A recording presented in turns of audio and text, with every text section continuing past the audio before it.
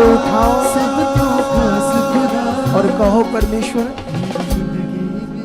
आज मेरी जिंदगी में सबसे पहले और खास जगह जो होगी वो तेरी होगी। संसार नहीं होगा, बिजनेस नहीं होगा, पहला स्थान तेरा होगा। गाइए, फिर से गाइए। सब तो पहला सब तो खास खुदा मेरी जिंदगी विच जगह तेरी। सब तो पहला सब तो खास खुदा मेरी जिंदगी विच जगह तेरी। और सब तो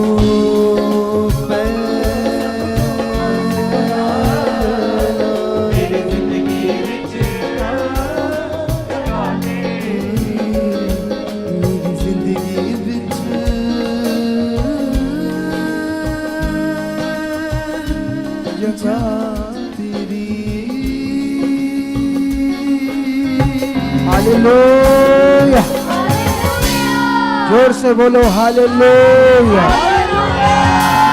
बैठ जाओ, बैठ जाओ अपने स्थानों पर और बैठकर परमेश्वर के सामने जाओ आज के वचन के लिए कि परमेश्वर जो तेरा पवित्र कलाम सुनने वाले हम निश्चय उसके लिए आप हमें बड़ी बुद्धि समझ दे चुके खुदा। जाइए जाइए उस परमेश्वर के सामने आंखें बंद करके कि पिता परमेश्वर प्रार्थना करो सब जो ऑनलाइन है कि परमेश्वर पिता हम जो तेरा कलाम पवित्र वचन सुनने वाले हैं वो जीवन है, जीवन मिलने का आधार है, वो जीवन है खुदा। निश्चय पूरी रीति से मुझे समझ आएगा, मेरे मन में बैठेगा, मैं उस पर चलूंगा, मैं उस वचन को पूरा आदर दूंगा जो तेरा पवित्र वचन है। खुदावंद आप मेरे साथ ऐसा कर चुके हो। आज कोई नेगेटिविटी अंधकार की शक्ति इस वचन को चुरा नहीं पाएगी, कुछ नहीं होगा, सब ब्लेसिंग होगी, बरकत होगी। ऐसा आप कर चुके हो यीशु मसीह के नाम, आमीन। अपने बाइबल अपनी कॉपी पेन ऊपर उठाओ, सब लोग ऊपर उठाओ अपने बाइबल हाथों में ऊंचा करके उठाओ अपनी बाइबल पेन कॉपी और हिलाओ उनके सामने जिनके पास नहीं है और बोलो मैं परमेश्वर की बेटी हूं, बेटा हूं। तुम क्या हो? तुम्हारे हाथ में क्यों नहीं है? क्या तुम परमेश्वर से प्यार नहीं करते? क्या तुम्हें इस पवित्र ग्रंथ बाइबल की कोई वैल्यू नहीं बताए? हिलाओ हिलाओ एक बार फिर से। परमेश्वर पिता जितने लोगों के हाथ में बाइबल है इनका घर परिवार तेरे वचनों से भर जाए, इनका जीवन वचनों से भर जाए। और जो नहीं लेकर आए खुदा ने छुओ ताकि उनके अंदर भी ये वचन रखना, आगे बढ़ना सोच बन जाए यीशु नाम से, आमीन, हालेलुया। सो आज मैं आपको बताना चाहता हूँ हमारी पहला दिन है जलालाबाद ब्रांच में। आज वहाँ पर लोग बैठे हैं आकर, तो हमने शायद कोई वीडियो नहीं मंगाई ना कोई फोटोस मंगाई है, लेकिन आज पहला दिन है वहाँ पर हमारी ब्रांच का जलालाबाद में। और धीरे धीरे ब्रांचेस खुल रही है। लेकिन ये याद रखो हमारे साथ जो जुड़ेंगे उनको एक बड़ा बेनिफिट होगा। वो बेनिफिट होगा सही परमेश्वर के साथ ज्ञान का और हमारी मेहनत का। जैसे अभी मैं 1 महीने के बाद जलालाबाद में जाऊंगा वापस, वहाँ पर 1 महीने के बाद जो हमारा क्रूसेड है 12 नवंबर को बठिंडा में, वो हमारा सबसे बड़ा क्रूसेड होगा आज तक इस मिनिस्ट्री का। जितने भी हमने क्रूसेड किए सबसे बड़ा वो है। तगड़ी मेहनत स्टार्ट हो चुकी है, टीमें पहुंच गई है वहाँ। कल की हमारी यहाँ से टीमें जा चुकी है और बहुत सारे हमें बच्चे चाहिए वहाँ प्रचार करने के लिए, पोस्टर बांटने के लिए, पैम्फलेट बांटने के लिए। तो जैसे वो लड़का 1.5 लाख का बिजनेस छोड़कर और 15 दिन राजा सांसी क्रूसेड में सेवा के लिए गया था, तो क्या उसको घाटा हुआ या उसने परमेश्वर को खुश किया? जब तुम ऐसी चीजों में आगे नहीं आते, तुम अपने जीवन में कोई भेंट नहीं रखते परमेश्वर को चढ़ाने के लिए।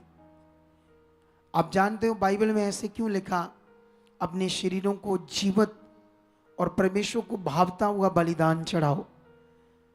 शरीर के साथ जो जो परमेश्वर के कानून बनते हैं उनको पूरा करना, वो भेंट भी परमेश्वर के सामने चढ़ानी। अगर हम नहीं चढ़ाते तो याद रखना हम खाली हैं। अगर आप परमेश्वर के सामने गए नहीं, कोई भेंट आपके हाथों में कोई चीज ही नहीं है, खाली हाथ है, तो किस चीज को परमेश्वर ब्लेस करे आपकी? बोलो। अगर आप बिल्कुल खाली हो तो उसने 15 दिन, देखो आज उसके पास पैसा है, शांति है, बरकत है, जीवन है, सब कुछ है, क्योंकि उसने अपने जीवन को भी भेंट करके चढ़ाया। कभी कभी कुछ लोग बहुत ज्यादा स्वार्थी होते, काम सारे चाहते हैं, लेकिन कभी भी परमेश्वर के लिए कुछ नहीं करते, उसके राज्य के लिए नहीं कुछ करते। लेकिन आज मैं प्रचार के बाद एक भविष्यवाणी आपको बताऊंगा अपनी, उसके ऊपर एक टेस्ट मनी देंगे आज हम मेरे प्रीचिंग के बाद। लेकिन वहां पर जो लोग पहुंचे हैं, और मैं आपको बताना चाहता हूं, मैं जिस दिन ये ट्यूसडे जो बीता है 8 अक्टूबर को, ये भी 3-4 दिन पहले हमारा जलालाबाद में क्रूसड था, तो मैं अगले दिन यहाँ लगभग 1 बजे तक आ गया था चर्च में। 4:30 बजे हम सोए थे सुबह, थोड़े टाइम में उठकर प्रेयर की, कुछ काम करने थे किए, उसके बाद लगभग मैं 1 बजे यहाँ था। यहाँ मैं लोगों को टीच कर रहा था, शाम को मैं प्रेयर पिलर में था। ऐसा मैंने क्यों किया? क्योंकि मेरे इरादे और मेरा जो हियाब है, दलेरी है, जो मेरा वो मन है तगड़ा, वो इरादे बड़े तगड़े हैं मेरे, कमजोर नहीं है। क्या नहीं है मेरे इरादे? कमजोर नहीं कि मैं अभी आया हूं 4:30 बजे सोया हूं, क्या करना, रेस्ट करते, आज इतना बड़ा क्रूसेड करके आए।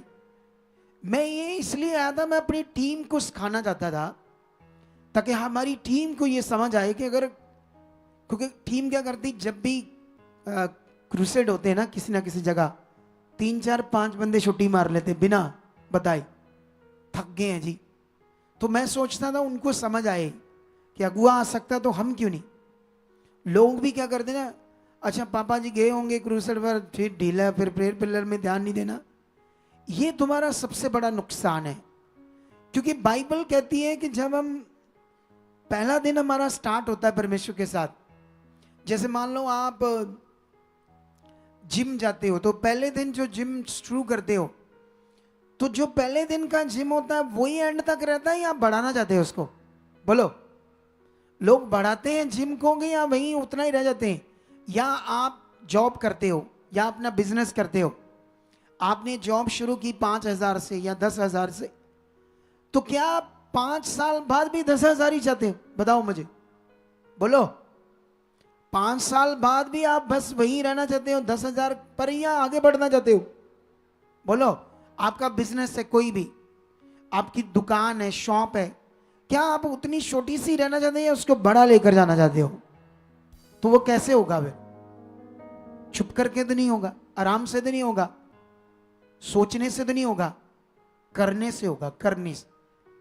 इसी तरह से जब मैं वो क्रूसेड किया, शाम को मैं प्रेयर पिलर में था, मैं थर्सडे मैंने 11 बजे आया, मैं बोला था मैं 11 साढ़े 11 बजे यहां हो जाऊं, क्योंकि मैं तो पूरी वर्शिप के बाद टेस्ट मनी के बाद फिर 2 वर्शिप, उसके बाद मैं पुलपट पर आता हूं।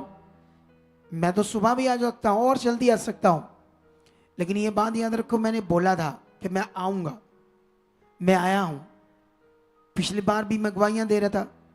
लेकिन मैं उन लोगों से पूछना चाहता हूं, आप अपनी बरकत को कितना लेना चाहते हो परमेश्वर से?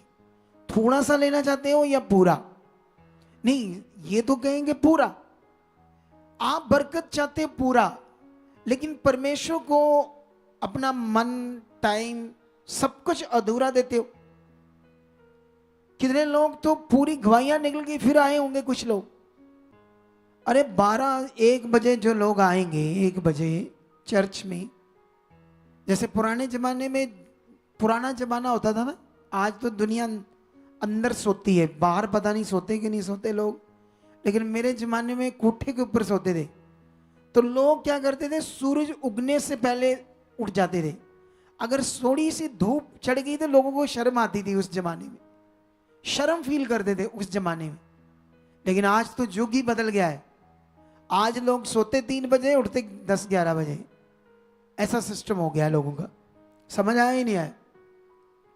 लेकिन सोच कर देखो, उस समय लोगों को शर्म आती थी, या लोग कहते थे तेरे शर्म नहीं आती वे, अब अभी सूरज चढ़ा ही है तब कह रहे तुझे शर्म नहीं आती, कितने बजे उठा, देख सूरज चढ़ गया। मतलब सूरज काफी देर बाद चढ़ने से पहले लोग उठते थे, ऐसा जमाना था। लेकिन कोई बंदा 1 बजे चर्च आ रहा है, सुबह प्रेयर होगी, प्रेयर पिलर भी हो गया है इस मीटिंग में, उसके बाद इतनी जबरदस्त गवाहियां होगी। गवाहियां सुनने से गवाहियां बनती हैं, वचन सुनने से हम आगे बढ़ते हैं, वचन सुनने से परमेश्वर के नजदीक जाते हैं, वो मन बनता है। तुमने गवाहियां सुनी नहीं तो गवाहियां की कैसे अपेक्षा करोगे? तुमने क्या हुई गवाहियां, कैसे तुम्हारा विश्वास बढ़ेगा? अगर तुम्हारा विश्वास नहीं बढ़ा तो तुम कैसे छुए जाओगे? कितनों को बात समझ आ रही है? ये बड़ा विषय है आप लोगों के लिए। तभी परमेश्वर आपको छुएगा जब आपका फेथ होगा, आपका फोकस होगा। तो इसीलिए अपने फोकस को बनाना पड़ेगा, क्योंकि बाइबल कहती है शरीर पर मन लगाना मृत्यु है और आत्मा पर मन लगाना जीवन और शांति है। हम लोग ये जो लोग लेट आते हैं, गड़बड़ जीते हैं, सही से नहीं चलते परमेश्वर के साथ, ये आपका शरीर है, ये आपका नुकसान करेगा, आपको आशीष नहीं लेने देगा। ये आपका शरीर, ये आपका, बाइबल में गलातियों 5 अध्याय पढ़ोगे तो वहां पर ऐसे लिखा है, आत्मा शरीर के विरुद्ध है और शरीर आत्मा के विरोध में। सोच कर देखो वचन क्या है, शरीर आत्मा के विरोध में और आत्मा शरीर के विरोध में। शरीर आत्मा के विरोध में क्यों है? क्योंकि शरीर जो आत्मा के काम है, जो सही करना है, सही चलना है, वो नहीं करता। तो क्या आप शरीर में रहना चाहते हो हमेशा के लिए? बाइबल ये कहती है अगर तुम शरीर के अनुसार दिन काटोगे तो मरोगे, अगर आत्मा से शरीर की देह की क्रियाओं को मारोगे तो जियोगे। अभी जो बंदा गवाही देकर गया, वो कहता जब मैंने लकड़ी का काम सीखा तो मुझे समझने में, सीखने में टाइम लगा। तो मैंने सोचा जब मुझे इतना टाइम लगा तो मुझे परमेश्वर के साथ भी कुछ ना कुछ तो टाइम लगेगा। पर ये जो क्या कहते हैं, रूढ़े लोग हैं, रूढ़ी लोग, रूढ़ी है, वो क्या है, जो परमेश्वर में घर आकर परमेश्वर के, देखो ये वचन है, ये वचन क्या रूढ़ी मनुष्यों का नहीं है, जो कहते हैं तुम यहां आए हो, तुम्हें यहां कुछ नहीं मिलना। कौन है ये? रूढ़ी मनुष्य नहीं है। क्या ये परमेश्वर का घर है? परमेश्वर के घर में आशीष मिलनी है या नहीं मिलनी?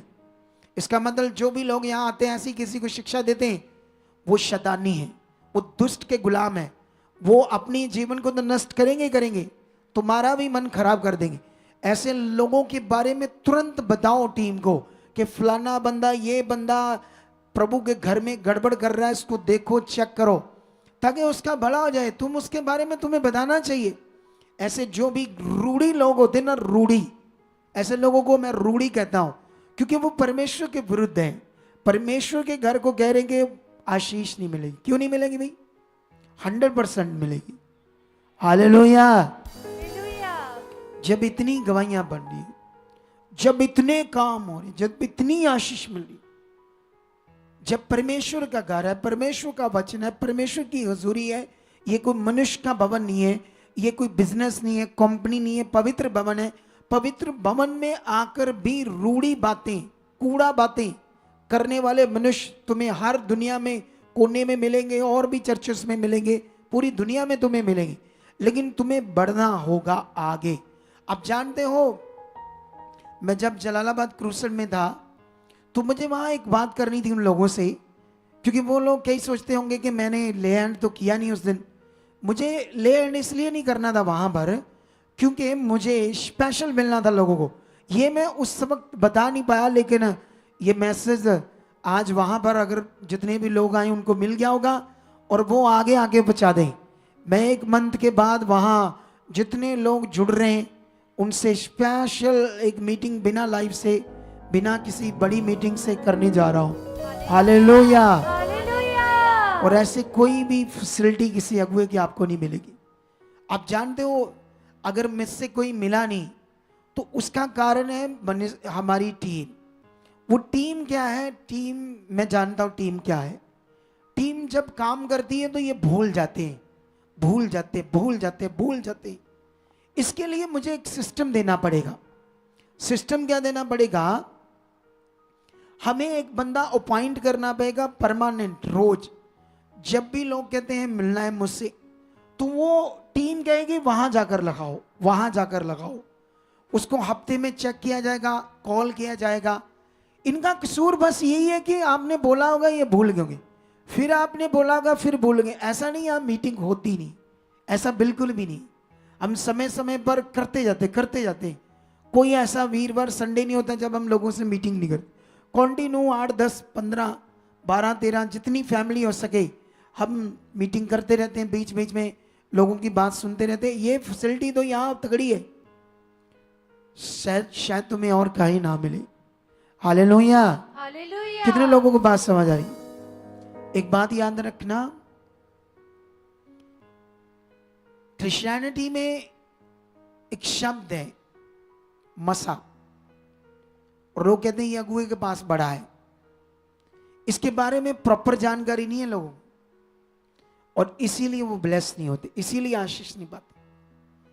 इस अगुए के पास मसा बड़ा है।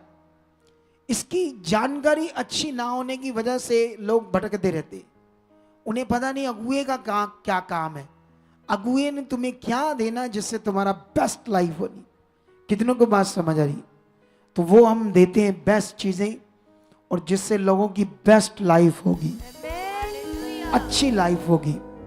लेकिन आज मैं अपने टॉपिक को आगे लेकर बढ़ूंगा, और लेकिन ये टॉपिक तुम्हारे लिए बड़ा जरूरी था तुम्हें समझाना। लेकिन अभी है ना, आज पिछले थर्सडे में फेथ का भेद, विश्वास के भेद पर, इस टॉपिक पर बात कर रहा था। लेकिन अभी मैं इस टॉपिक को कंटिन्यू रखूंगा कई हफ्तों तक। लेकिन बीच में मैंने एक लाइन और जोड़ दी नीचे, भविष्यवाणियां और चंगाइयां, क्योंकि मुझे पवित्र आत्मा ने कहा जब तक तू शुरू नहीं करेगा आएंगी नहीं भविष्यवाणियां। तू सोचेगा कि आएंगी तो नहीं आएंगी। मुझे ये स्पेशल दर्शन में कहा, इसीलिए मैं आ गया प्रैक्टिकल में। पता नहीं आज कितनी क्या करता है परमेश्वर मेरे साथ, लेकिन उसने मुझे कहा ये करने से आनी है और बढ़नी है। जैसे हम हीलिंग करते हैं तो विश्वास बढ़ता जाता है, हीलिंग ज्यादा बढ़ती जाती है। इसी तरह परमेश्वर ने मुझे कहा इस वरदान में तू सोचना कि ये आएगा, वो तेरे अंदर है। उसने मुझे कहा तेरे अंदर है, तू स्टार्ट कर, नजारा फिर देखेगा तू। तो इसीलिए मैं मैदान में उतर आया हूं इस दर्शन को लेकर। आज मुझे कुछ पता नहीं अभी तक भविष्यवाणी क्या आनी है, क्या नहीं आना, क्या होना है, एबीसी भी मेरे दिमाग में कुछ नहीं आ रहा। लेकिन मैं बड़े फेथ में हूं, सच्ची मैं पूरे जबरदस्त फेथ में हूं कि आज मेरे मुंह से भविष्यवाणियां लेकर ही आएगा पवित्र आत्मा। हालेलुया। लेकिन अभी हम इस टॉपिक को बहुत लंबा नहीं करेंगे, क्योंकि आज हमने गवाहियों को काफी टाइम दे दिया। लेकिन वो बड़ी बातें थी, क्योंकि मैं हूं तो बड़ी चीजें आपके दिमाग में डालूंगा। ठीक है, तुम्हारा विश्वास बढ़ाऊंगा। तुम्हारा विश्वास जितना बढ़ता जाएगा ना, उतना तुम्हारी जिंदगी में बेस्ट होगा, उतने तुम्हारी बीमारियां हट जाएगी, जितना तुम्हारा विश्वास बड़ा हो जाएगा। ये बात याद रखो। लेकिन हम यहां से शुरू करते हैं आज एक वचन से। पहले मैं तुम्हें बताना चाहता हूं विश्वास का मतलब यह है जो नजर नहीं आ रहा। जैसे मैंने आज भविष्यवाणियों के लिए क्या कर लिया, विश्वास कर लिया कि मेरे मुंह से होंगी, तो मैं इस चीज में आ गया हूं, क्योंकि मुझे दर्शन में परमेश्वर ने कहा है अगर ये वरदान को प्रकट करना चाहता है तो ऐसा आ आगे। फिर देखना, सोचने से नहीं है होना, कितनों को बात समझ आ रही है? लेकिन अभी मैं स्टार्ट करूंगा। विश्वास का मतलब ही ये है, जो नजर नहीं आ रहा उसको कहते हैं विश्वास। ठीक है, जैसे परमेश्वर आपको नजर नहीं आ रहा लेकिन वो है, ये हमारा विश्वास है। लेकिन विश्वास के भेद की बातें बहुत सारी है जो तुम्हें अंडरस्टैंड करनी है अपने जीवन में, ताकि तुम सही विश्वास और विश्वास का भेद इसको अच्छे से समझ पाओ। ठीक है, लेकिन यहां से मैं तुम्हें आज कुछ बातों को समझाना चाहता हूं। ठीक है, ये बड़ा अच्छा विषय आपके लिए। ठीक है, तो यहां पर गलातियों की पुस्तक में मैं जा चुका हूं। यहां पर आप लोग भी गलातियों की पुस्तक में आ जाओ। ठीक है, चाहे आप लोग पढ़ो कम लेकिन सुनने में ज्यादा ध्यान दो, क्योंकि मेन यहां है सुनना तुम्हारा, पकड़ करना। ठीक है, 3:19 में लिखा, तब फिर व्यवस्था क्यों दी गई? व्यवस्था क्या होती है? एक्चुअली व्यवस्था का मीनिंग क्या होता है? व्यवस्था का मतलब होता है प्रबंध। हिंदी में इसको कहते हैं व्यवस्था। किसी भी चीज की व्यवस्था, जैसे आपके घर में गेस्ट आए तो उनके खाना बनाने की व्यवस्था, चाय, बिस्कुट, ड्राई फ्रूट, मठियाई, आपने क्या की खाने के लिए? चाय के साथ व्यवस्था की आपने। ठीक है, इसको कहते हैं व्यवस्था। पुराने नियम में जब पाप आया मनुष्य के द्वारा, तो पाप से मनुष्य मर रहे थे पाप में, तो पृथ्वी पर कंटिन्यू पाप बढ़ता जा रहा था। जैसे अभी ये पंजाब है, तो पंजाब में एक नई सरकार आई तो इन्होंने, क्राइम भी बढ़ रहा है पंजाब में और नशा बढ़ रहा है, और क्योंकि सरकार ढीली है, सरकार इस पर कुछ भी स्ट्रांग अपना काम नहीं कर रही। क्योंकि मेरा काम होता तो मैं करता, मुझे बनाओ मुख्यमंत्री, कोई बनाकर देखे मुझे 1 महीना मुख्यमंत्री। नशा क्या, नशे का नामो निशान नहीं रहने दूंगा। मैं कहता क्राइम क्या, इधर से कान पकड़ लेंगे, वो क्या कहते हैं उनको, जो क्राइम करने वाले हैं। क्योंकि एक्चुअली मैं जो सेवा करता हूं ये अलग विषय है, वो एक पावर अलग विषय है, ये बात सीख लो। लेकिन यहां पर परमेश्वर ने क्या किया, परमेश्वर की महानता क्या है? परमेश्वर ने, वो दुनिया पाप कर रही थी, गलत कर रहे थे, तो परमेश्वर ने व्यवस्था में उन्हें बताया पाप क्या है। ये तुम चोरी कर रहे हो, वो चोरी करते थे लेकिन उनको पता नहीं था। जैसे वो लड़का कहता, मैं तो अपने संसार में जिंदगी जी रहा था, अपनी जो भी मेरा धर्म था, पाठ पूजा था, मैं करता था, लेकिन मुझे पता नहीं था व्हाट इज सिन, पाप क्या है। क्योंकि हमारे घर में हमारे माता पिता ने भी नहीं सिखाया, और ना ही हमारे धर्म में कभी इसकी कोई शिक्षा थी। कहता वो तो मेरी एक गर्लफ्रेंड बन गई, वो क्रिश्चियन थी, तो क्रिश्चियन लड़की थी तो गर्लफ्रेंड बन गई, वो भी उल्टी थी। एक अच्छा काम किया उसने, सुसमाचार दे दिया उसको। कहता जब उसने ये सुना कि मेरी मम्मी कैंसर से ठीक हुई, यीशु मसीह ने उसे ठीक किया है, तो वो सोचने लगा अच्छा कैंसर ठीक कर देता है परमेश्वर। अब ये लड़की का ध्यान कुछ और है। यहां पर बहुत सारे लोग आते हैं ऐसे ऐसे, हाँ जी हाँ जी की कहते आंधे ठीक हो रहे हैं, चलो चलो चलिए। कुछ लोग ऐसे आते हैं बेचारे सोए हुए। कुछ लोगों को समझा भी दो ना, ये मत करो आपका नुकसान है, फिर कर रहे होंगे। कुछ लोग ऐसे होते, लेकिन वो लड़का अलग था। वो कहता जब मुझे पता चला, मैं यीशु मसीह के बारे में सर्च करने लगा, सुखपाल राणा मिनिस्ट्री आई, तो मैं ऐसी चीजें बताता रहता हूं सिन के बारे में, पाप के बारे में। तो बहुत सारी बातें समझ आई, तो वो बढ़ गया। क्या हो गया वो? फिर उसे समझ आया पाप क्या है। बाइबल कहती वो दुनिया को चोरी करना, किसी को मारना। मुझे भी याद है जब मैं भी संसार में था, जब मैं 10 साल से था, मैं भी चोरी कर लेता था, हम भी गलत चीजें करते थे। मुझे याद है मेरे घर वालों ने भी नहीं कभी कहा कि ये गलत है। सच्ची, कई बार हम छोटी छोटी चीजें चुरा कर ले आते थे, किसी के चारा चुरा कर ले आते थे, किसी की कोई चीज घर में ले आते थे, गांव में रहते थे, तो घर वालों ने कभी मना नहीं किया, क्योंकि उनकी भी बुद्धि बंद थी, शैतान ने बंद की थी, उनको भी लगता था फायदा हो गया, क्योंकि उनके पास ज्ञान नहीं था।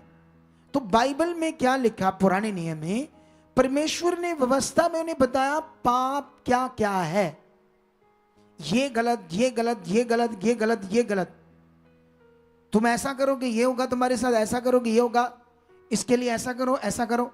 तो एक व्यवस्था दे दी रीति रिवाजों की। परमेश्वर ने, वो शारीरिक लोग थे, उन्हें आत्मा की चीजें समझ नहीं आनी थी। परमेश्वर ने कहा वेदी बनाओ, जानवरों को लो, जानवर जो थे उसका जो लहू है छिड़काओ मेरे सामने, उसके लिए अपने पापों से हर साल मेरे सामने आओ। तो ऐसा करने से उनके दिमाग में ये बैठ रहा था कि ये, क्योंकि अब प्रैक्टिकली जानवर काटा जा रहा है, उसका लहू परमेश्वर के सामने लेकर आया जा रहा है पापों के क्षमा के लिए हर साल, तो उनके दिमाग में फिजिकल बैठ रहा था सारा कुछ, लेकिन वो सॉल्यूशन नहीं था। बाइबल ये कहती है वो मनुष्य के पाप का कोई भी सॉल्यूशन नहीं था, वो एक टाइम में परमेश्वर का सिर्फ प्रबंध था मसीह तक आने का। ऐसा लिखा बाइबल में। तुम्हें यह समझना होगा और दुनिया को समझाना होगा, खुद को समझाना होगा। अगर तुम मटीरियलिस्ट चीजों पर विश्वास करोगे, तुम शरीर में हो अभी भी, तुम आत्मा में नहीं आए। सबसे बड़ा प्रबंध है इस समय परमेश्वर का, वो है आत्मा। वो कितना बड़ा प्रबंध है, जब तक तुम सारे इसमें ध्यान नहीं दोगे, हर चीज साइड पर नहीं करोगे, जो भी रीति रिवाज, व्यवस्था, मटीरियलिस्ट चीजें, हर चीज को साइड पर करके आत्मा में ध्यान नहीं दोगे, तुम कभी भी आत्मा में चल नहीं पाओगे। इसीलिए तुम दुनिया भर के क्रिश्चियंस लोगों को देखना, गवाहियां भी बनेंगे, शरीर में भी रहेंगे, झगड़ा भी करेंगे, हालातों में भी आएंगे, सब कुछ चलता रहेगा साथ साथ। जबकि मसीह में ऐसा नहीं। बेस्ट जीवन, उत्तम जीवन है। अगर उत्तम जीवन लेना चाहते हो तो फिर समझना पड़ेगा क्या करना है। तो यहां पर परमेश्वर बात करते हैं 3:19 में, तब फिर व्यवस्था क्यों दी गई? वह तो अपराधों के कारण बाद में दी गई कि उस वंश के आने तक रहे, यीशु के आने तक रहे, जिसको प्रतिज्ञा दी गई थी, और वह स्वर्गदूतों के एक मध्यस्थ के द्वारा या हाथ ठहराई गई। व्यवस्था तो नहीं, मध्यस्थ तो एक का नहीं होता, परंतु परमेश्वर एक ही है। कितनों को बात समझ आ रही? परमेश्वर क्या समझा रहा है?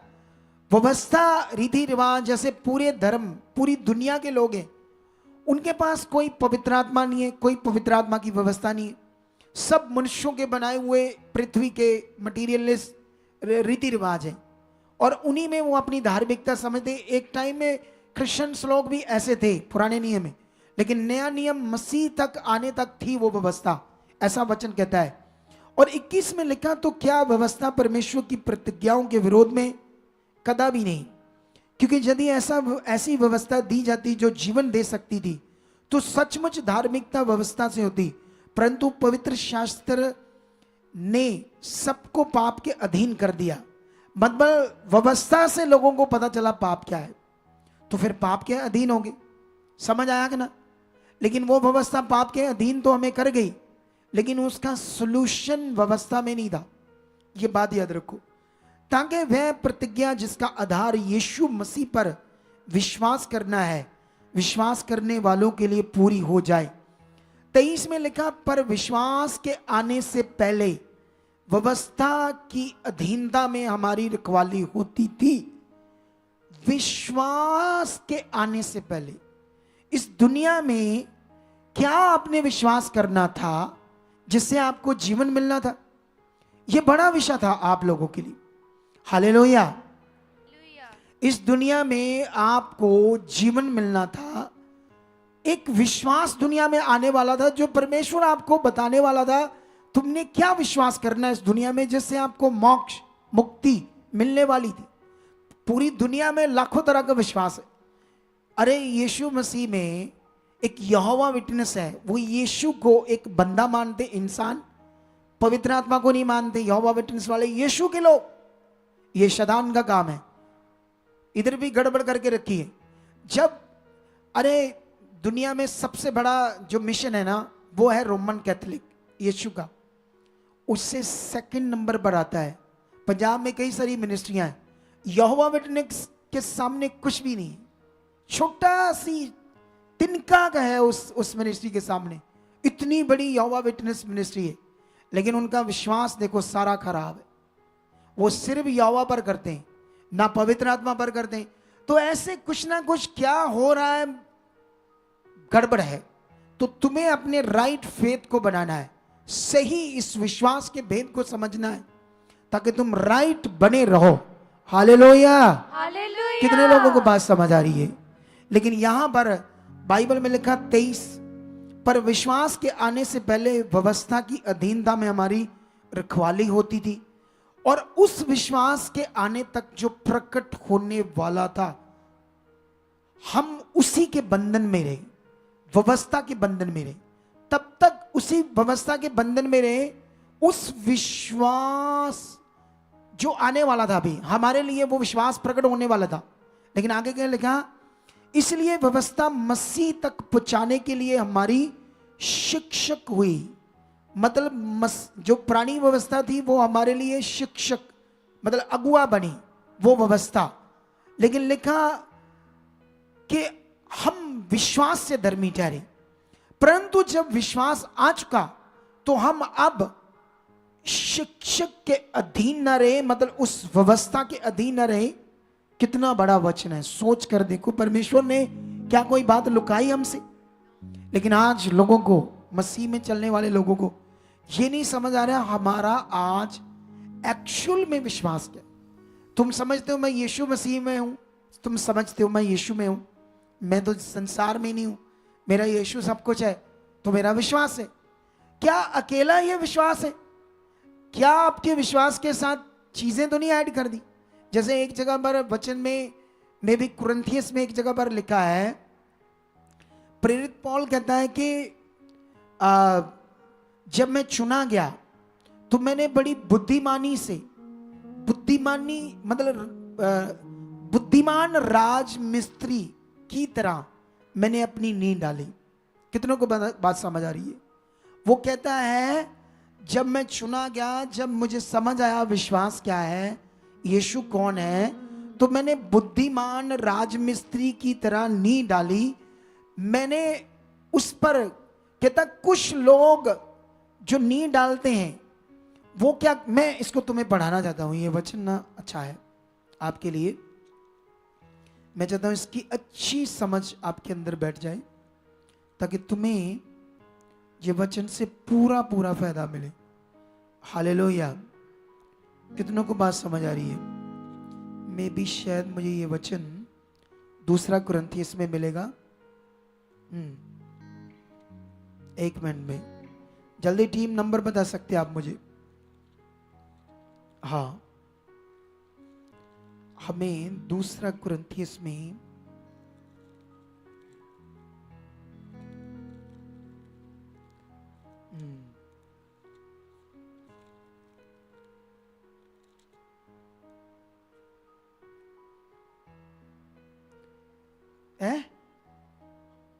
दूसरा कुरिन्थिया फर्स्ट कुरिन्थिया 3:10।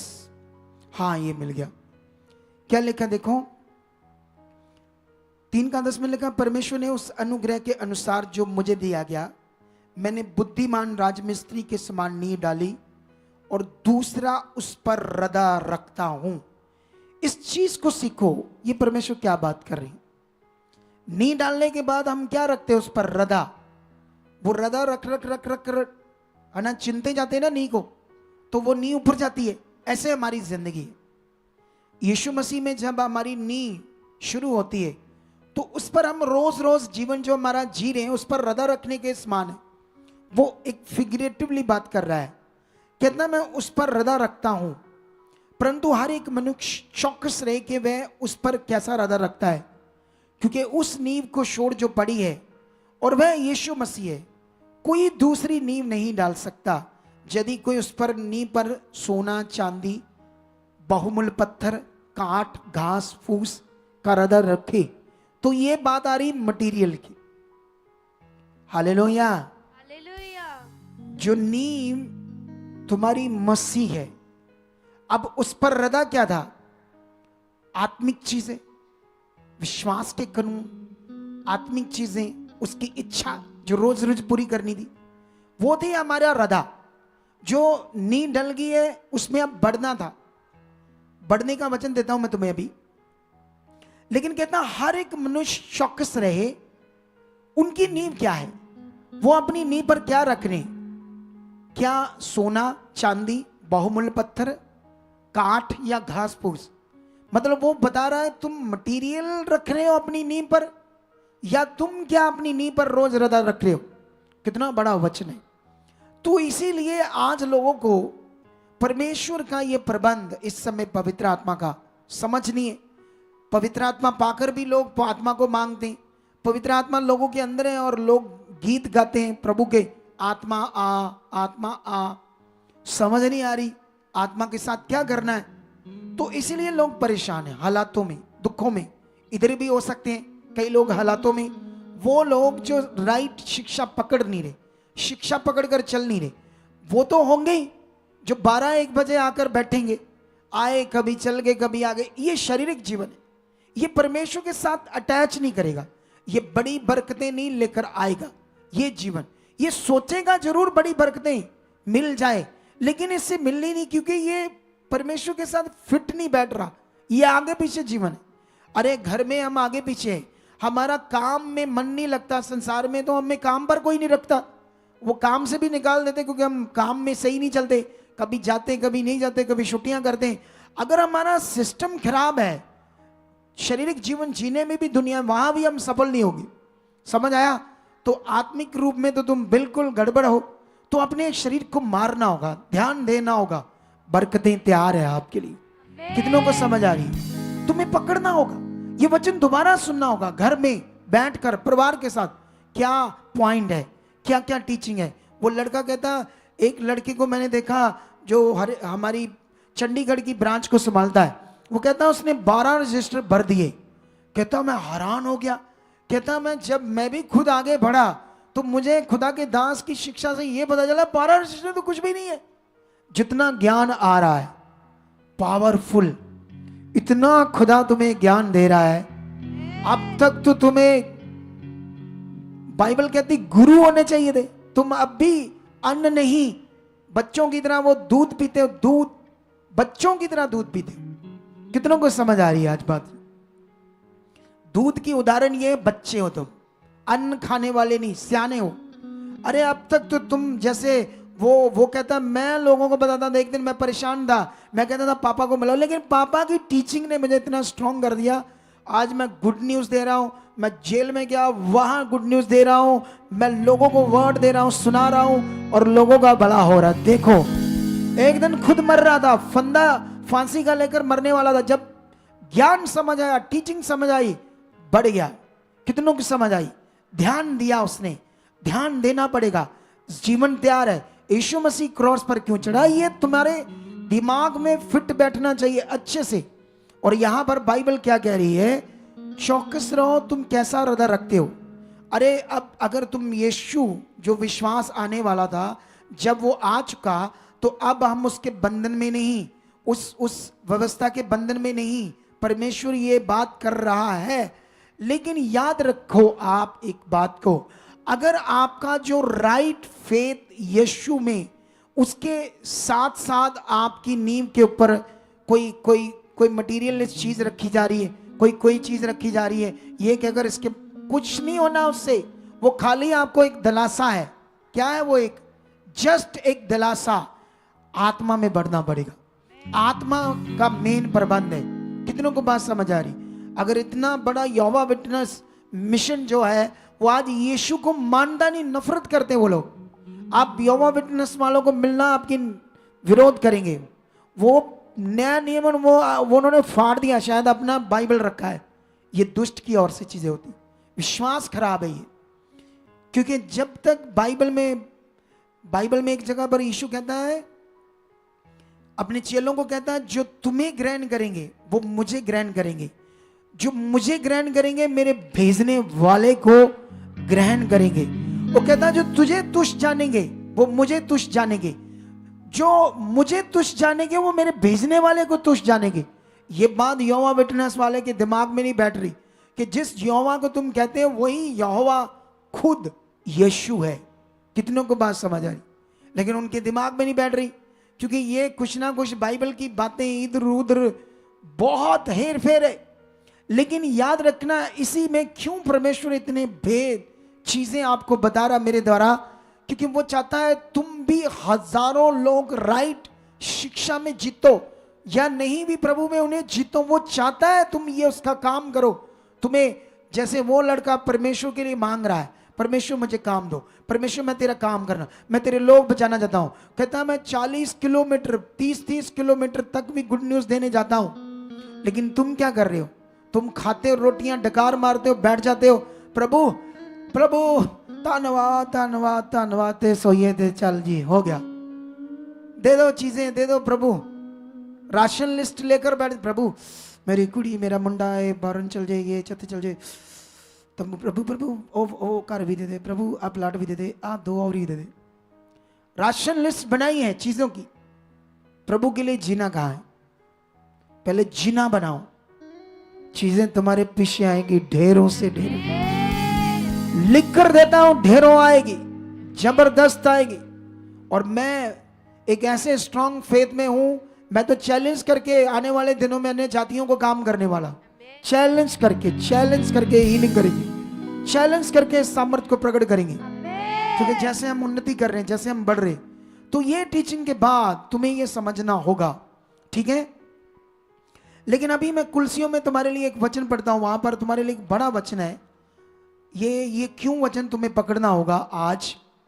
क्योंकि अगर तुमने ये पकड़ा नहीं, तुम कैसे बढ़ जाओगे सही चीज में, ठीक है? मुझे अपना वचन भी लंबा नहीं करना आज। ये देखो क्या लिखा है यहां पर, कुलसियों 2:6 में लिखा है, जैसे तुमने मसीह यीशु को प्रभु करके ग्रहण कर लिया, वैसे ही उसी में चलते जाओ। ये तुम्हारा विश्वास। तुमने कौन से प्रभु को ग्रहण किया है? जिस प्रभु, क्योंकि बाइबल में लिखा प्रभु तो बड़े हैं, दुनिया के पास भी प्रभु हैं, है या नहीं? बोलो, लोगों के पास वो भी प्रभु हैं जिनकी 360 शादियां हुई है, ऐसे भी प्रभु हैं लोगों के पास। और बाइबल में लिखा जो परमेश्वर वो अपने बच्चों से कभी शादी नहीं करते। बोलो, अगर उसने अपने बच्चों के साथ शादी करके संबंध बनाया, वो परमेश्वर नहीं, वो मनुष्य। लेकिन तुम्हारे लिए वो प्रभु हो सकता है अज्ञानता में। लेकिन ये सीख लो, परमेश्वर पवित्र है, वो अपनी स्त्री बनाई हुई के साथ कभी शारीरिक संबंध नहीं बनाएगा। अगर वो बनाएगा तो कूड़ परमेश्वर है वो। मैं ऐसे परमेश्वर को परमेश्वर मान ही नहीं सकता, लेकिन वो परमेश्वर इसलिए मैंने माना है क्योंकि वो महापवित्र है, वो सामर्थी है। कितनों को बात समझ आ रही है? हालेलुया। क्या आपके दिमाग में ये बातें बैठ रही है, नहीं बैठ रही? इसीलिए अपना ध्यान दो। लेकिन यहां पर ये बात लिखी है, और उसी में जड़ पकड़कर बढ़ते जाओ, और जैसे तुम सिखाए गए वैसे ही विश्वास में दृढ़ होते जाओ। अब जो यीशु है वो कौन है? वो एक आत्मा है, आत्मा से जन्मा है सारे जगत के पाप के लिए। ये तुम्हारा विश्वास, वो तुम्हें पाप से छुड़ाकर परमेश्वर से मिलाए या अपने आप से मिलाए, या तुम्हें अनंत जीवन दे, या तुम्हें सारी मुसीबतों से निकाले। ये उसने काम पूरा किया अपनी जीवन से, क्रॉस पर चढ़ना। ये क्रॉस पर चढ़कर जो कुछ उसने तुम्हारे लिए किया, ये तुम्हारा विश्वास। और बाइबल कैसा कहती, जब वो मुर्दों में जिंदा हुआ, उसमें तुम जिंदा हुए, ये तुम्हारा विश्वास। सुनो इधर देखो, सुनो, अगर ये तुम्हारा विश्वास पक्का हो जाए अच्छे से, जैसे मान लो तुम्हारा घर है, अगर तुम्हारा जिसका किराए का नहीं अपना घर है, तो तुम्हारा अपना घर है। तुम घर जाते वक्त जैसे पहुंचे घर के बाहर, तुम्हें डाउट होता है ये मेरा है कि पता नहीं है, ऐसा डाउट करते हो कभी? जो घर तुम्हारा है, क्या तुम्हारे दिमाग में ये कभी बात होती है कि ये मेरा नहीं? अब सोचते हो मेरा नहीं है, कि पता नहीं क्या होगा। क्या कोई डाउट ऐसे कच्चा पक्का मन कोई होता है? कि 100% तुम आराम से अंदर जाते, जो मर्जी करते, क्योंकि तुम्हारा घर है। बोलो, इसको कहते पक्का विश्वास। अगर तुम्हारा पक्का विश्वास है कि यीशु ने मेरे लिए कोड़े खाए, मार खाई, यीशु ने मुझे आजाद करने के लिए छुटकारा दिया पाप हर चीज, अगर तुम्हारा ये फेथ है, बोलो, अगर तुम्हारा ये फेथ है, फेथ, कितनों को बात समझ आ रही? तो सोचो, अगर पक्का है तो तुम आगे पीछे हो जाओगे कभी? तुम्हें हर वक्त पता होगा ये तो हो ही नहीं सकता, ये तो मेरे लिए पक्का है, ये तो छुटकारा है, ये फेथ कच्चा हो रहा है मटीरियलिस्ट चीज। इसीलिए जो परमेश्वर ने इतना बड़ा काम किया है, ये पक्का ना होने की वजह से ही लोगों के अंदर डिलीवरेंस नहीं है, चंगाइयां नहीं है, छुटकारा नहीं है, लोग आत्मा से भरे नहीं है, लोगों को आत्मा में चलना नहीं आता। इसी फेथ की कमी के कारण ये सेट नहीं है लोगों के अंदर। इसे सेट करना होगा अच्छे से। कितनों को बात समझ आ रही है? अगर ये समझ आया, इसीलिए ऐसे लिखा, उसी में जिस प्रभु को तुमने ग्रहण किया, जड़ पकड़ो, बढ़ो। पहले हम जड़ फड़ेंगे और ऊपर से बढ़ते जाएंगे, और जैसे विश्वास में खाएंगे उसी में बढ़ते जाओ, दृढ़ होते जाओ।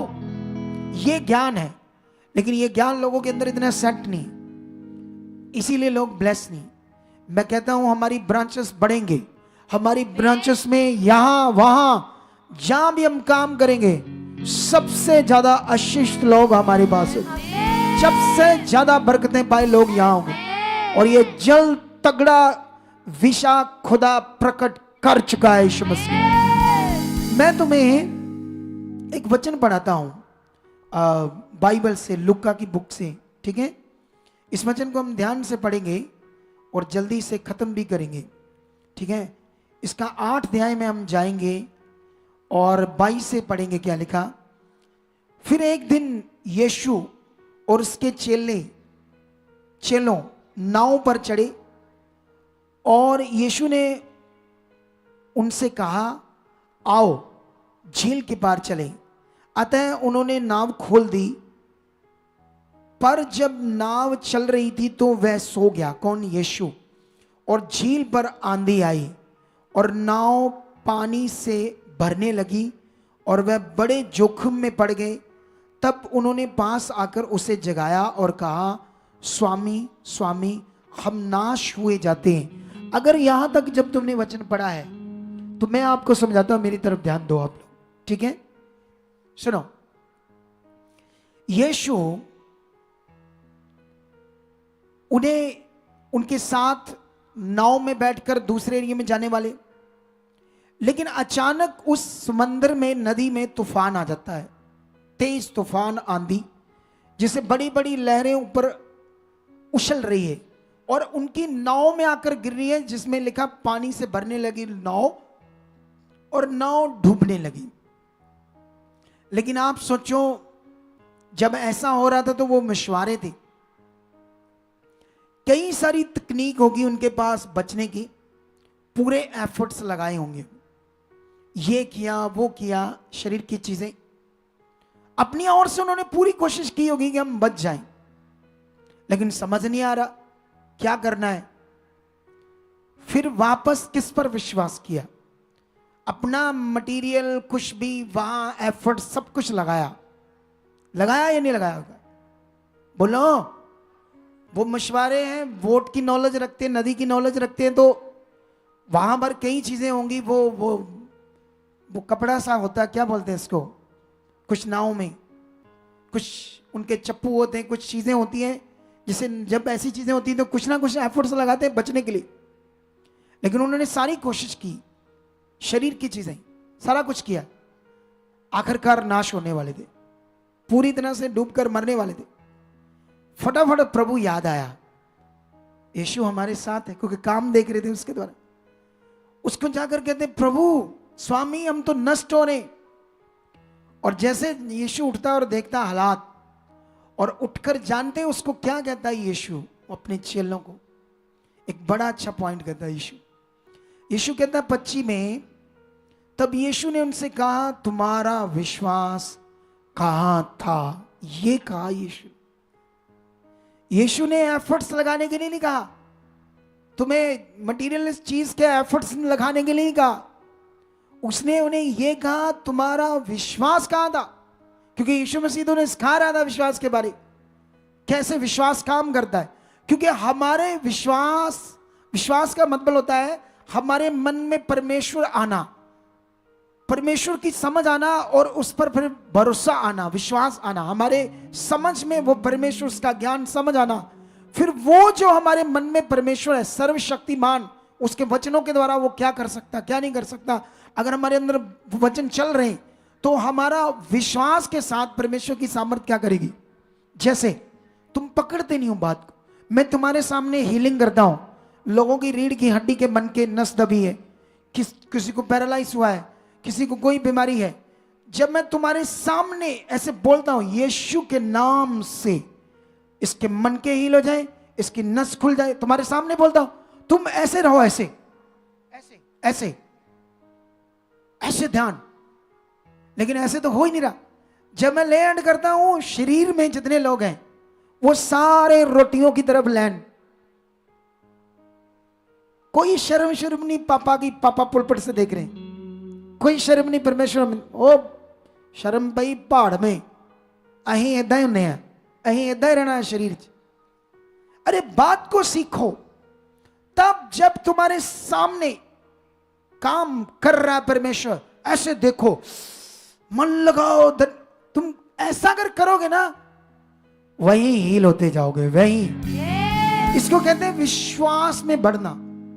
ये विश्वास के बढ़ने की नीति है, इस नीति को पकड़ो और आगे बढ़ो, ध्यान दो अच्छा वाला। लेकिन यीशु मसीह ने उठते ही उन्हें कहा तुम्हारा विश्वास कहां था, मैंने तो तुम्हें सिखाया था, तुम तो कर सकते थे, तुम भी बोल सकते थे। हालेलुया। मुझे याद है मैं एक टाइम में, मुझे याद है मैं जब हमारा राजा सांसी क्रूसेड था ना, हम इधर चर्च में थे, प्रेयर कर रहे थे, रात के 2 बजे थे, हम 5-6 जाने थे, कुछ टीम मेंबर थे, मैं था। अचानक हमारे शेड के ऊपर ना किड़किड़ किड़किड़ होने लगी, जब बारिश आती जो वो वॉइस आने लगी। मैंने कहा ये क्या हो रहा है, कहते बाहर देखा, निकल कर कहते बारिश आ गई। तो अगले दिन तो क्रूसेड था, तो वो रात वही थी, आज रात था, अगली शाम को क्रूसेड था। मैंने कहा अच्छा बारिश आ गई, तो मैंने कहा डोंट वरी, कुछ नहीं है। मैंने क्या किया, विश्वास, मैंने कहा ये कुछ नहीं। हमने थोड़ा सा धन्यवाद किया, प्रेयर की, मैं पॉजिटिव रहा, और मैंने प्रेयर बंद करके इनको बोला मैं घर जा रहा हूं, तुम भी जाओ सो, क्योंकि मैंने परमेश्वर के ऊपर इसको छोड़कर विश्वास कर लिया कंटिन्यू अपने मन में कि ये बारिश कुछ नहीं। इसको कहते हैं विश्वास। कितनों को बात समझ है? वो भी जब चेले यीशु के पास गए, जब अपनी रीति रिवाज जो करना था कर लिया, नीति एफर्ट्स कुछ नहीं हुआ, फिर गुरु के पास, प्रभु के पास आते हैं, वो कहता तुम्हारा विश्वास का है। फिर वो उनके सामने ऐसे बोलता है उस तूफान को, शांत हो जा, रुक जा। तुम बाइबल का वो वचन पढ़ो जहां पर यहोशू ने सूरज को कहा था रुकने के लिए। तुम जानते हो लीव का साल आता है ना, लीफ का साल हर चौथे साल में एक लीफ का साल आता है। 3 साल तक तो 365 दिन होते हैं पूरे साल में, लेकिन ये लीफ के साल में 366 दिन होते हैं, एक दिन बढ़ जाता है। साइंस को भी नहीं समझ आई कि ये एक दिन क्यों बढ़ गया था। ये वही दिन था जिस दिन एक दिन यहोशू ने सूरज को रोक दिया था। किस पर विश्वास करके? परमेश्वर पर विश्वास करके। तो आज तुम्हारा फेथ कहां है? वो यही पूछ रहा है यीशु, तुम्हारा विश्वास कहां है? इधर डरना शुरू कर दे, गुस्सा करना शुरू कर दे, चर्चेस के अंदर लोगों की नींव पक्की नहीं की जा रही, लोगों को सिखाया नहीं जा रहा सही ज्ञान, वो बेचारे पकड़कर मतबल जैसे वो सोचते हैं ना ये सिर्फ इस तेल से या इसी से काम होना है। नहीं, तुम्हें बढ़ना होगा आगे, फिर देखो बढ़ेगा। कितनों को बात समझ आ रही है? लेकिन याद रखो यहां पर यीशु मसीह जब तूफान को बोलता रुक, मुझे याद है एक बार मैं बड़ा, उस एक जमाना था नया नया मैं प्रभु में था, ऐसे बड़ा विश्वास था मेरा। एक बार मेरे घर में संगति थी, बारिश आ गई, खाना बन रहा था, 6 बजे संगति होनी थी स्टार्ट, 3 बजे बारिश आ गई, मेरे घर टंट भीगने लगा। बाहर ओपन में हलवाई खाना बना रहे थे, भीगने लगा, ये सब पतीले पतूले उठाने लगे। मैं कहा कुछ नहीं उठाना, पड़ा रहने दो, वहां ढक दो इन्हें। मैं धन्यवाद करना शुरू किया है, रुक चुका है, कुछ नहीं, तेरी सामर्थ्य से रुक चुका है। अगले 15 मिनट में सब कुछ रुक गया था, याद रखो, और सब कुछ साफ हो गया था। और शाम को एक जबरदस्त संगति हुई थी। ये आपका फेथ है, यही बात आपने पकड़नी है। आज तुम्हें बढ़ना होगा, इस पॉइंट को सीखना होगा। लेकिन मैं जल्दी जल्दी अभी तुम्हें थोड़ा सा और समझाना चाहता हूं परमेश्वर के वचन से। यहां से इसी लूका के एक अध्याय में, अगर तुम एक अध्याय में जाओगे तो यहां पर तुम्हारे लिए 5 से लेकर 7 तक वचन पढ़ता हूं। यहूदिया के राजा हेरोदेस के समय अबिया के दल में जकरिया नाम का एक याजक था, और उसकी पत्नी हरून के वंश की थी, जिसका नाम इलीशिबा था। वे दोनों परमेश्वर के सामने धर्मी थे और प्रभु की सारी आज्ञाओं और विधियों पर निर्दोष चलते थे। उनके कोई भी संतान नहीं थी, क्योंकि इलीशिबा बांझ थी और वे दोनों बूढ़े थे। ये वचन मुझे कंफ्यूज करता था, तो मैं इन दिनों में आत्मा में बड़ा बढ़ रहा हूं, तो परमेश्वर सब बातें प्रकट करता है मेरे पर, तुम्हारे विश्वास को बढ़ाने के लिए। जब ये मैं वचन पढ़ता था तो फिर मुझे समझ नहीं आती थी कि ये अगर इतने प्रभु के साथ खड़े थे, लिखा ना वो प्रभु की सारी आज्ञाओं और विधियों में निर्दोष थे और उस पर चलने वाले थे, फिर भी बांझ थी, कुकबलस नहीं हुई। मैं हैरान था कि परमेश्वर अगर ये तेरे सामने निर्दोष थे, सब तेरी आज्ञाओं को वफादारी से मानते थे, बूढ़े हो गए थे, बूढ़े होने तक भी बच्चा नहीं हुआ, तब भी तुझे छोड़ा नहीं, तेरी सेवा कर रहे, सब कुछ कर रहे, ऐसा क्यों? मैं ऐसे सोच रहा था। फिर मैं जब बाइबल पढ़ रहा था, परमेश्वर ने मुझे कहा ये वचन पर ध्यान दे, इस वचन से तुम्हें समझ आएगी। ये प्रार्थना भी करते थे बाइबल में, जब तुम देखोगे तो ऐसा नहीं ये बच्चा मांगते नहीं थे, मांगते थे, लेकिन मिल नहीं रहा था। वाई? जानते क्यों? यहां एक गड़बड़ थी, गड़बड़ थी इनके फेथ में, विश्वास। तुम कितने भी अच्छे मन में हो, अगर तुम्हारा विश्वास अच्छा नहीं ना, तो गड़बड़ हो जाएगी। कई बार कुछ लोग जानते हो कई चीजों में आगे पीछे होते हो, लेकिन विश्वास बड़ा जबरदस्त होता है, उनको कुछ नहीं होता। विश्वास बड़ा मेन पॉइंट है आपके लिए, भरोसा बड़ा मेन पॉइंट है। लेकिन ये बात को आप लोग सीख लो, आपका फेथ बड़ा स्ट्रांग चाहिए। ये फेथ में गड़बड़ थी, फेथ इनका कहीं ना कहीं गड़बड़ चल रहा था, जिसकी वजह से इनको बच्चा नहीं हो रहा था। बाकी प्रभु के साथ थे, प्रभु की आज्ञाओं में थे, विधियों में थे, पुराने नियम की जो भी नियम व्यवस्था थी उसमें सब कुछ करते थे। लेकिन हमें ये स्वर्गदूत जब इसके पास आता है, ये 13 में लिखा है, 13 में जब स्वर्गदूत आता है, परंतु स्वर्गदूत ने उससे कहा, हे जकरिया भयभीत ना हो, क्योंकि तेरी प्रार्थना सुन ली गई है, और तेरी पत्नी इलीशिबा से तेरे लिए एक पुत्र उत्पन्न होगा, और उसका तू नाम यूहन्ना रखना। हालेलुया। लेकिन यहां पर प्रेयर करते थे, इसीलिए एक दिन वचन पूरा हुआ। लेकिन आगे जाकर तुम पढ़ोगे तो जब ये वचन स्वर्गदूत उसे दे रहा था, तो जानते उसने क्या कहा स्वर्गदूत को?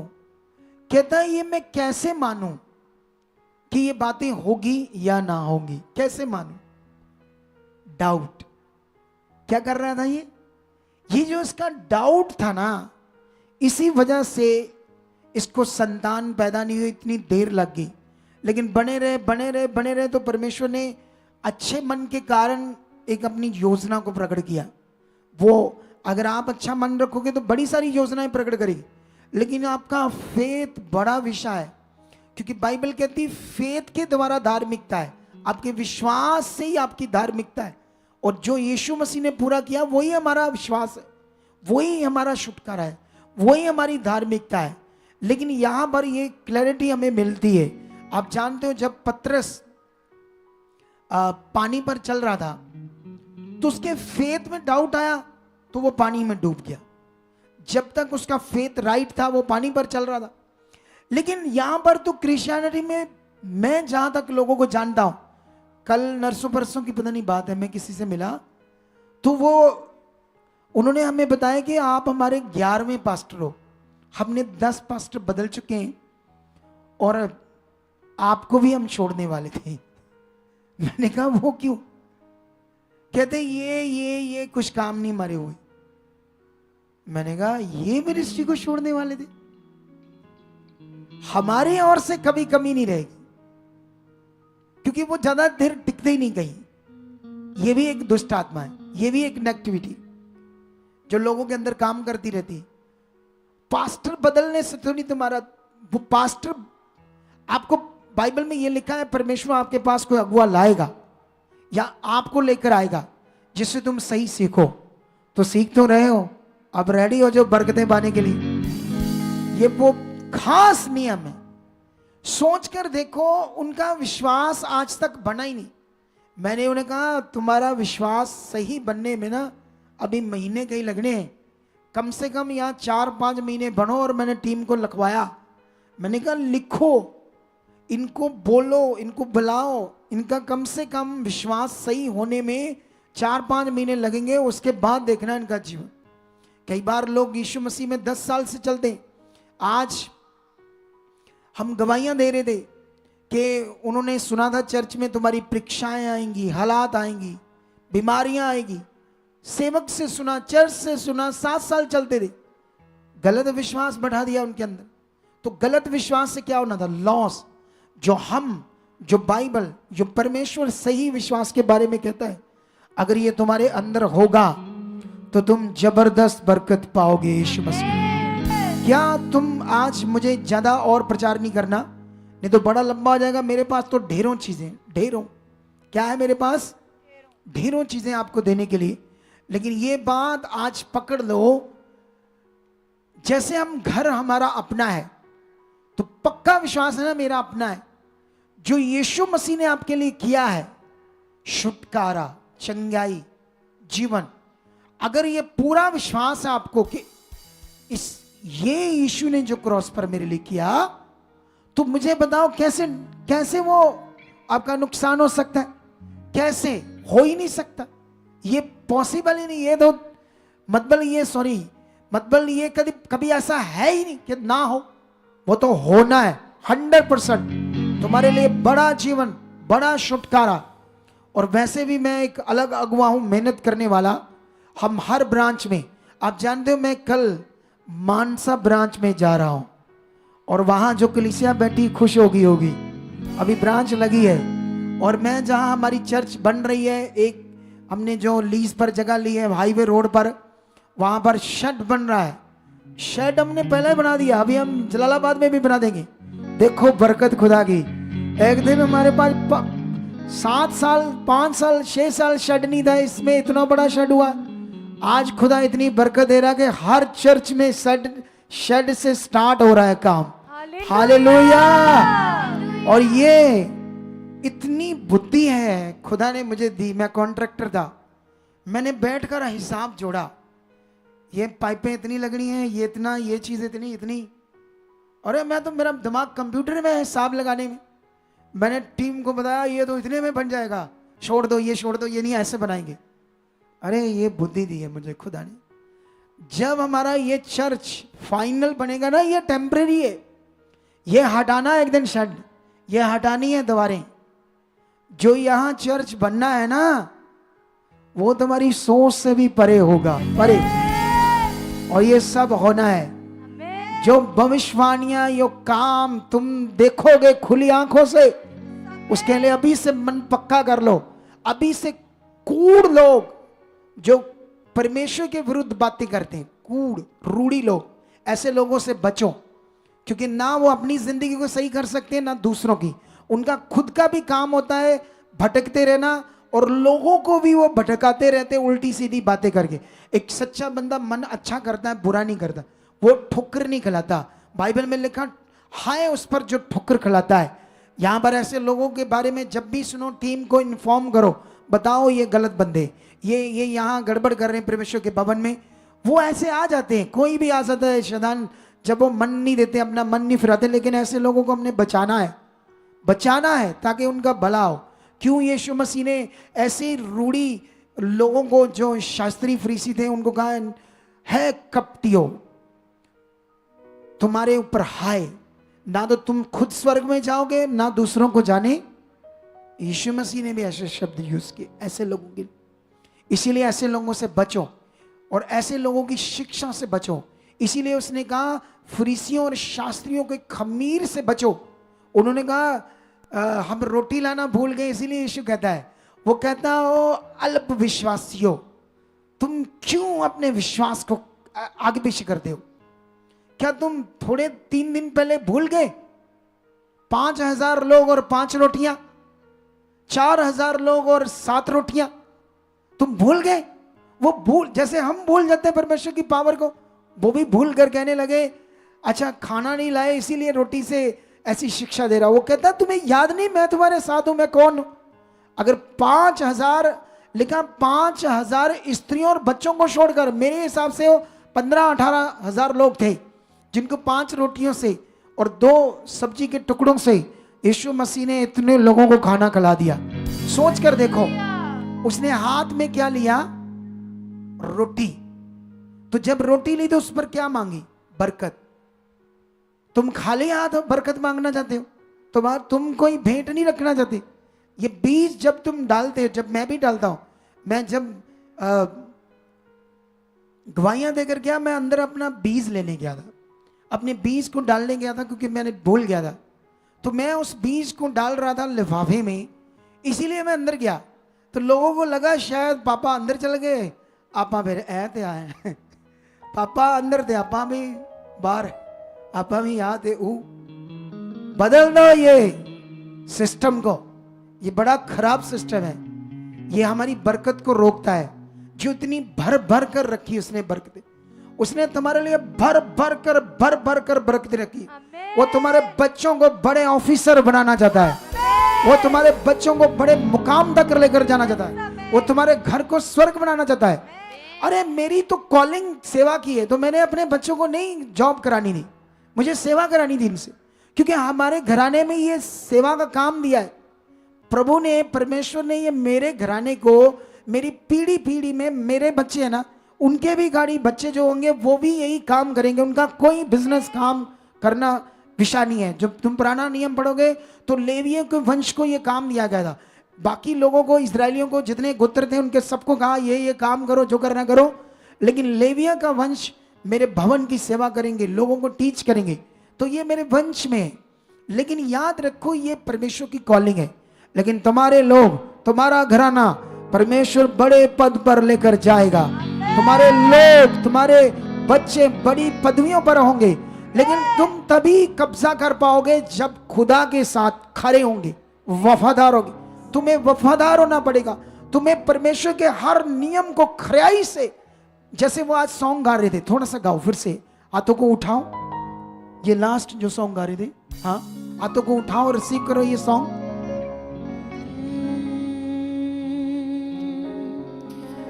सब तो पहला,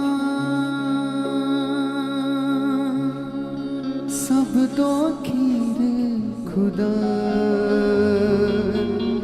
मेरी जिंदगी विच जगह तेरी हो। सब तो पहला, सब तो आखिर खुदा, मेरी जिंदगी विच जगह तेरी। सब तो पहला, सब तो खास खुदा, मेरी जिंदगी विच जगह तेरी। मैं तेरे प्यार नू चेते रखांगा, तेरे प्यार नू चेते रखांगा। हाथों को उठाओ, बाइबल कहती है उसने अपने प्रेम को क्रूस के द्वारा प्रकट किया। सोचो यीशु के प्रेम को, जो सजा पाप की तुम्हें मिलनी थी, जो मौत तुम्हें मिलनी थी उस पाप गुनाह के कारण, जो बीमारियां तुम्हारे जीवन पर थी, वो सजा, वो कील, वो कोड़े, वो मार उसने खाकर तुम्हें आजाद किया। ये उसका प्रेम है, इसलिए गाओ उसकी महिमा के लिए। मैं तेरे प्यार नू चेते रखांगा, तेरे प्यार नू चेते रखांगा, मैं तेरे प्यार नू चेते रखांगा, तेरे प्यार नू चेते रखांगा, न भुलांगा वफा तेरी।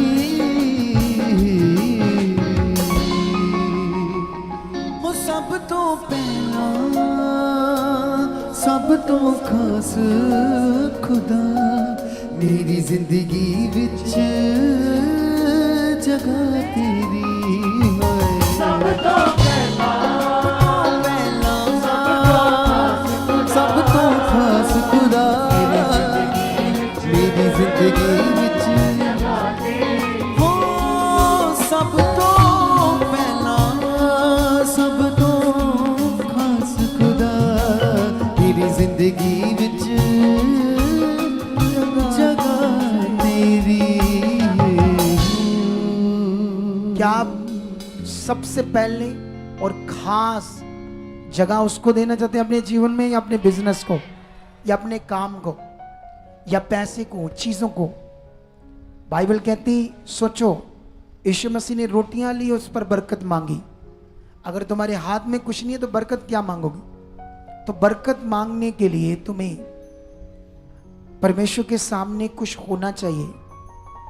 अभी एक भविष्यवाणी, ये फोटो लाओ सामने, ये उड़ीसा से है परिवार, ठीक है? कुछ लोग टीम, थोड़ा सा मीडिया सिस्टम, ये देखो, ये उड़ीसा से, ठीक है? अभी बताता हूं इनके लिए। हटा दो फोटो, ये बस हटा दो फोटो। सुनो, देखो ध्यान से। मैंने इस संडे की थी भविष्यवाणी या थर्सडे? थर्सडे। इस थर्सडे मैंने एक भविष्यवाणी की। मैं से मास प्रेयर में हीलिंग के वर्ड रिलीज कर रहा था, वर्ड रिलीज कर रहा था। अचानक मेरे अंदर पवित्र आत्मा एक भविष्यवाणी देता है। मैं बोलता हूं कि मैं किसी को देख रहा हूं, उनके ऊपर कर्जा है। तो कर्जा है, तो वैसे ये भविष्यवाणी इनके लिए नहीं थी, सच्ची, क्योंकि मैं जो देख रहा था वो नॉर्मल थे। वो उनके पास बिजनेस भी इतना अच्छा नहीं था, उनके पास पैसा भी नहीं था। ऐसे में कोई आत्मा में देख रहा था, उन्हीं के लिए भविष्यवाणी थी। लेकिन वो काफी कर्जे के नीचे थे, समझ नहीं आ रही थी उनको कर्जे से बाहर कैसे आना है। लेकिन ये भविष्यवाणी ऐसे किसी के लिए होगी, 2 के लिए भी हो सकती, 10 के लिए भी हो सकती है। लेकिन इस परिवार ने क्या किया, ये वफादार बड़े हैं। ये तो गवर्नमेंट जॉब करते हैं, ये उनका पापा है, पीछे लास्ट में लड़की है। तो ये आदमी कलेक्टर ऑफिसर में सीनियर, कुछ ऐसे क्लर्क, सीनियर क्लर्क की जॉब पर है। तो इसकी सैलरी पहले बड़ी कम थी, जब प्रभु में आए, ब्लेस हुए, तो अब 1,20,000 होगी। तो 1,20,000 से सबसे पहले जब सैलरी आती है अकाउंट में, ये 12,000 निकालते हैं। उसके बाद और भी हर मीटिंग में भी अपनी ऑफरिंग डालते जाते हैं। फिर कोई हमारा कोई क्रूसेड आ गया, उसमें भी डाल दें। सारा मिला कर मुझे लगता है ये 20% तक से भी ज्यादा डाल देते हैं हर महीने, सोचो। लेकिन इन्होंने क्या किया, इनके ऊपर भी थोड़ा सा कर्जा था, 4 लाख रुपया गोल्ड के ऊपर लोन था। जब मैंने किया तो इन्होंने उसको बड़ा रिसीव किया, विश्वास इतना रिसीव किया। मैंने कहा था हजारों नहीं, लाखों रुपया आएंगे अकाउंट में। जबकि मैं अकाउंट में, लोग कहते हैं कि पैसे आ रहे तुम्हारे अकाउंट में, तो वो तो बुद्धि से बोलते रहते। लेकिन मैं तो आत्मा में आया था, मैंने तो आत्मा में ये बात बोली थी। मैंने कहा मैं इसमें खिलाफ हूं, लेकिन पता नहीं मेरे आत्मा में आया, मैं इसलिए बोल रहा हूं। तो इन्होंने बड़े रिसीव किया मन से, दिल से, और धन्यवाद किया। प्रभु ये वचन हमारे लिए। लेकिन उसके बाद इनका कहना है कि ये सबसे पहले ये स्लिप दिखाओ इनके अकाउंट में जो पैसे आई। ये देखो 1 लाख रुपए आया है, पूरा 1 लाख। ये 4,000 जो समथिंग इनका अपना बैलेंस था, ये इनको 1 लाख रुपया आया पूरा अकाउंट में। इनको खुद नहीं पता कहां से कैसे आया, कहां से ट्रांजैक्शन, कुछ नहीं पता। ये डायरेक्ट परमेश्वर ने दिया 1 लाख। लेकिन उसके बाद नीचे वाला एक दूसरा दिखाओ, ये देखो, नहीं, हाँ आगे करो, आगे इसको जूम करो, ऊपर जूम करो इसको थोड़ा सा, अब जूम करनी भाई, नीचे करो। ये देखो, उसी वक्त 10,000 भी ट्रांसफर कर दिया, उसका 10वां हिस्सा। इतने खरे हैं ये लोग। क्या है ये? अब वो भविष्यवाणी आत्मा से थी, वैसे इनके लिए नहीं थी।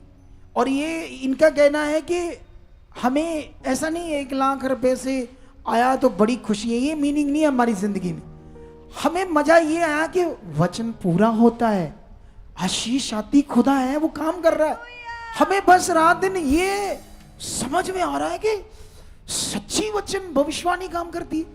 इनको ये फीलिंग बड़ी महसूस हो रही। कितनों को बात समझ आ रही? ये इनके लिए मेन था। क्या तुम अपने जीवन को वहीं रहना देना चाहते हो या बहुत आगे जाना चाहते हो?